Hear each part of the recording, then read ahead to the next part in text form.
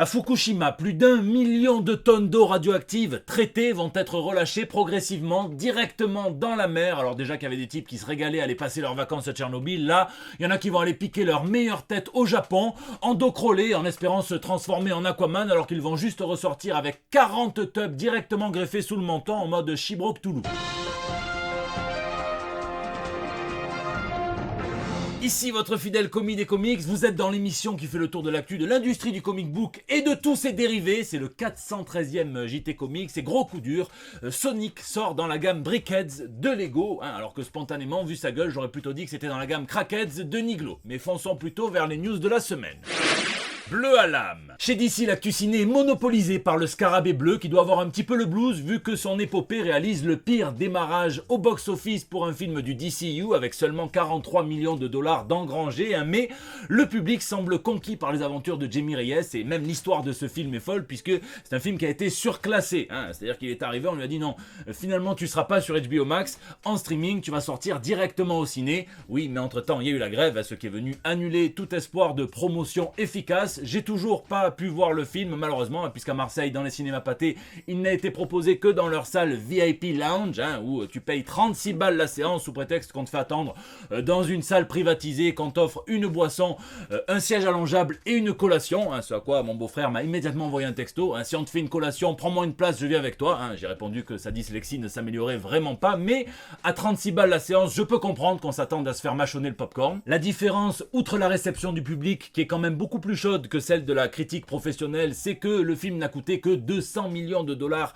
à produire et à promouvoir contre plus de 300 millions pour le film The Flash. Alors on verra comment va se débrouiller ce héros qui est amené à rester dans le DCU puisque si on nous dit que James Gunn n'a eu que très peu d'impact sur le film qui avait été engagé avant qu'il arrive chez DC, eh bien il est amené à jouer un rôle dans le futur DCU qu'il est en train de bâtir avec Peter Safran. C'est tout mignon, l'acteur Cholo Maridueña dit que au lieu de lire des histoires classiques, sa mère lui lisait des comics pour l'endormir. Le réalisateur tente quelque chose d'un petit peu différent en disant qu'il a préféré utiliser des décors naturels plutôt que trop d'effets spéciaux qui doivent rester un outil et non une aliénation, un petit peu comme dans le film The Flash où ça reste un outil, oui, mais pour rendre hommage aux cinématiques de PlayStation 1. Dans Ant-Man 3, les effets spéciaux n'étaient pas fous non plus, mais quand on sait qu'ils sont fabriqués par des gens qui finissent souvent en burn-out, c'est normal. Alors j'ai un gros capital sympathie pour ce film, une forme de tendresse pour ce héros. Il me tarde de voir le film, mais je vous laisse me dire en faisant attention aux spoilers ce que vous en avez pensé si vous l'avez vu dans les commentaires.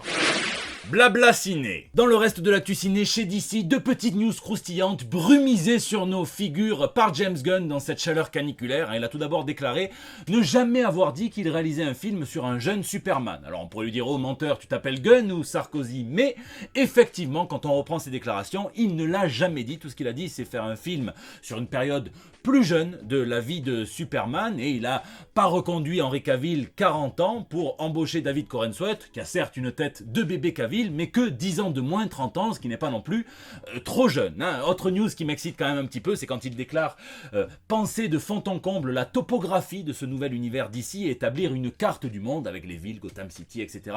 reliées entre elles et j'espère qu'elle nous sera montrée. La mauvaise nouvelle, parce qu'il en faut bien une quand même, mais certains l'auront peut-être oublié cette semaine, c'est que il y avait un film prévu en solo sur Nightwing par Chris McKay et apparemment le casse-cou de l'univers d'ici n'a pas réussi à rattraper bien le trapèze en faisant le saut entre l'ancien monde et le nouveau DCU puisqu'il est mort. Je parle évidemment du projet, si on en croit la rumeur, et c'est bien dommage puisqu'il était censé nous montrer un Dick Grayson qui s'émancipe, qui sort de l'ombre de Batman, et en plus c'était censé être assez violent, et il y avait une histoire de vengeance, probablement celle contre le gangster qui a tué ses parents, donc tant pis. L'autre rumeur, elle est facile forcément, puisqu'on a appris soi-disant que Marvel Studios souhaitait que Wolverine vienne mettre sa griffe sur Avengers Secret Wars, et bien il semblerait qu'il souhaite aussi que Spider-Man y tisse sa toile, mais pas n'importe lequel.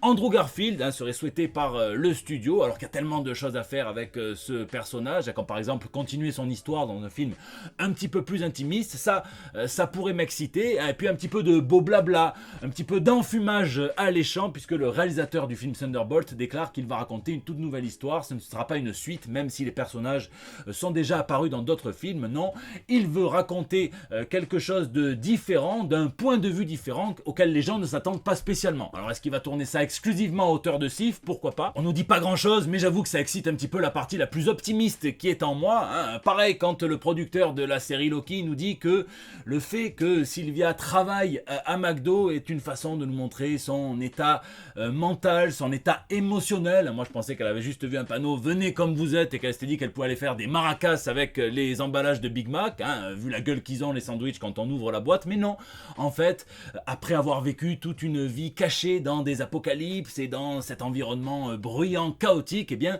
la vue d'un McDo dans les années 80, son côté convivial pourrait la rassurer, donc elle y serait allée, hein, ça ferait beaucoup de mots pour décrire placement de produit quand même. Et puis le meilleur pour la fin, puisque le réalisateur Mark Jobst, le cousin de Steve, a déclaré, après avoir réalisé lui-même des épisodes de la série Netflix Daredevil ou même du Punisher, qu'il était tout à fait heureux de voir revenir ces personnages dans le MCU sur Disney+, hein, et qu'il a toujours su, lui et les équipes, qu'il y avait plus d'histoires à raconter à leur sujet, que d'ailleurs, si les histoires étaient souvent allégoriques, elles servaient à parler de notre monde réel, ce qui vient un petit peu corroborer une rumeur, alors celle-là elle est à prendre avec beaucoup de pincettes, une rumeur selon laquelle Frank Castle serait de retour sur Disney+, dans une intrigue où il viendrait lutter contre des policiers qui s'empareraient de son logo, donc probablement de sa philosophie, ce qui va à l'encontre du code d'honneur qu'ils se sont jurés d'avoir. C'est un problème pour Disney, pour Marvel, qui a directement été traité dans les comics, hein, mais je trouve ça un petit peu audacieux, courageux si ça se fait, hein, de venir traiter ça frontalement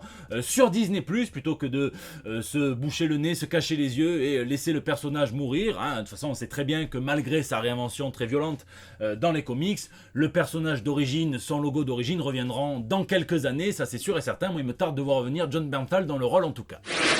Les retours. Et dans le reste de l'actu purement comics, étant donné que Marvel a enfin déniché une vraie artiste japonaise et que l'actuel rédac chef n'a plus besoin de se faire passer pour un asiatique sous pseudo caché afin de faire des récits typés asiates, eh bien autant l'utiliser. Hein, et Peach Momoko, qui a été découverte par Grant Morrison dans Heavy Metal, eh bien a déjà eu droit à de nombreuses couvertures de la Maison des Idées, à son enclave où elle revisite les mythes de l'univers Marvel avec un vernis japonisant. Et bien désormais elle va nous livrer sa vision de l'univers Star Wars, hein, dans une série de one-shot où plein d'artistes s'essaieront à proposer leur version de cette galaxie très très très lointaine. Il revient, hein, je parle pas spécialement du Covid, toujours pas de Jésus, mais de l'univers Ultimate. Hein. C'était à l'origine Donny Cates qui devait se charger de le ressusciter, puis finalement après son grave accident, ça a été repris par l'architecte Jonathan Hickman, donc forcément il n'allait pas en rester là, puisqu'après la mini-série Ultimate Invasion, il y aura un one-shot Ultimate Universe, et puis ils vont relancer des séries comme à l'ancienne, Ultimate X-Men,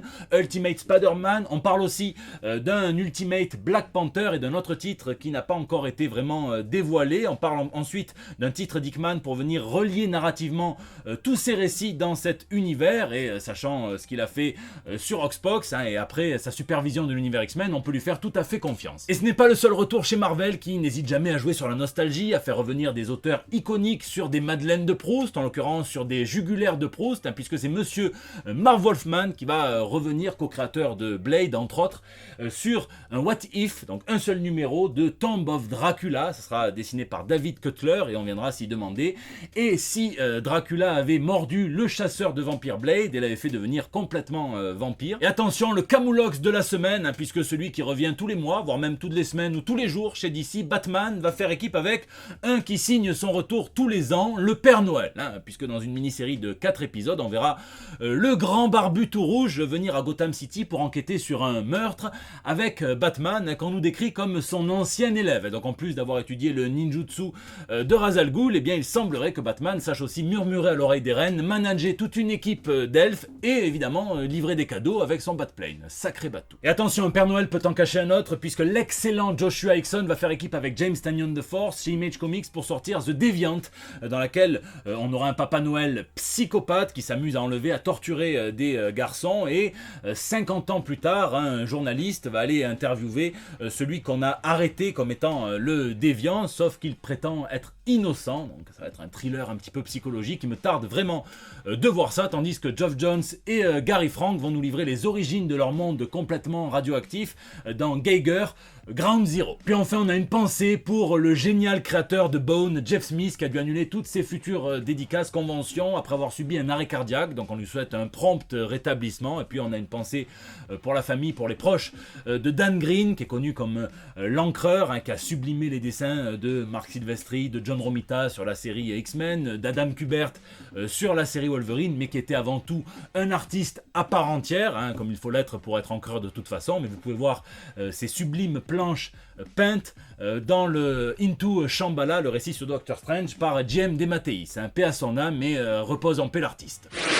Lisez, hein, cette semaine j'ai été très occupé, de toute façon je n'ai rien lu qui vaille la peine d'être mentionné ici. J'ai quand même un petit peu avancé le roman Notre part de nuit, hein, qui est, j'aime bien le style d'écriture un peu brut de décoffrage, c'est la traduction qui veut ça, hein, c'est traduit de l'argentin, de l'espagnol, mais je me tarde de voir où ça va, vraiment. En attendant, je vous laisse me dire ce que vous lisez ou geekez dans les commentaires, puisque c'est la fin de ce JT Comics. Je vous remercie d'être toujours aussi nombreux à le suivre, à laisser vos pouces bleus, à partager sur Facebook, à tweeter, à retweeter, à m'incorporer dans vos stories Instagram. Je vois tout, je lis tous vos commentaires quand vous réagissez directement sur YouTube, où j'essaie de répondre au plus grand nombre, mais en tout cas je vous lis tous et ça fait chaud au cœur, hein. N'hésitez pas aussi à laisser vos petits messages sur les réseaux sociaux, hein, pour El Bando del Pueblo, c'est votre espace de liberté depuis près de 8 ans maintenant. Je vous fais d'énormes bisous, rafraîchissez-vous, attention, et puis rendez-vous la semaine prochaine justement pour des nouvelles toutes fraîches. Des scientifiques péruviens découvrent une nouvelle espèce de serpent inconnu et la nomment Tachymenoid harrisonfordi, hein, pour rendre hommage